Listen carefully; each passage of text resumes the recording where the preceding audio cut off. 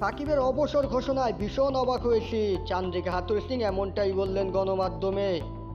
কানপুর টেস্টের আগে থেকে ক্রীড়াঙ্গনে আলোচনা এটাই সাকিবের শেষ টেস্ট কিনা, কারণ ম্যাচটি শুরুর আগেই টেস্টকে বিদায় বলেছেন বিশ্বসেরা অলরাউন্ডার সাকিব আল হাসান। তিনি দেশের মাটিতে দক্ষিণ আফ্রিকা সিরিজের টেস্ট থেকে বিদায় নিতে চেয়েছেন, তবে দেশের পরিবর্তিত পরিস্থিতিতে সেটা সম্ভব কিনা তা অনিশ্চিত। এদিকে সাকিবের অবসর ঘোষণায় ভীষণ অবাক হয়েছেন বাংলাদেশের হেড কোচ চান্দ্রিকা হাথুরু সিংয়ে।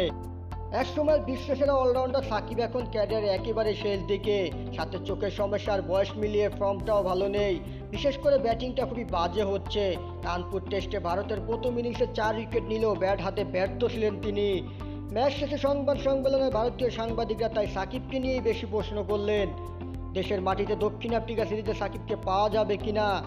এমন প্রশ্নের উত্তরে হাথুরু সিং বলেন, এটাই সাকিবের শেষ টেস্ট ম্যাচ, এই ব্যাপারে আমি কিছু জানি না। আমি যতটুকু জানি সে দক্ষিণ আফ্রিকা সিরিজটা খেলছে। দক্ষিণ আফ্রিকা সিরিজকে সাকিবের শেষ সিরিজ বলায় আমরা সবাই খুবই অবাক হয়েছি। সাকিব না থাকলে তার বিকল্প নিয়ে দলের কোনো পরিকল্পনা আছে কিনা, এমন প্রশ্নে হাথুরুর জবাব, আমি মনে করি সাকিব না থাকলে কি হবে সে ভাবনা তো সব সময় আছে, বিশেষ করে সে তো তার ক্যারিয়ারের শেষ অধ্যায়ে আছে। আর আপনি তো সাকিবের মতো হুবহু বিকল্প খুঁজে পাবেন না।